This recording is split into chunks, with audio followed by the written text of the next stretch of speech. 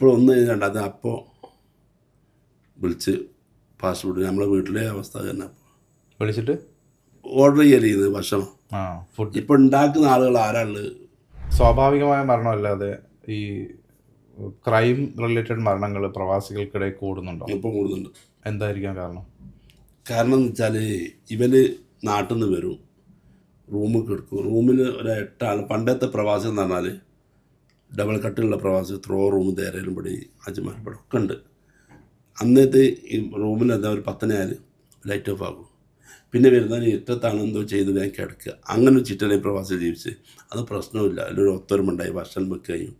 ഇപ്പോഴൊന്നും രണ്ടാമത് അപ്പോൾ വിളിച്ച് ഫാസ്റ്റ് ഫുഡ് നമ്മളെ വീട്ടിലെ അവസ്ഥ തന്നെ വിളിച്ചിട്ട് ഓർഡർ ചെയ്യരുത് ഭക്ഷണം.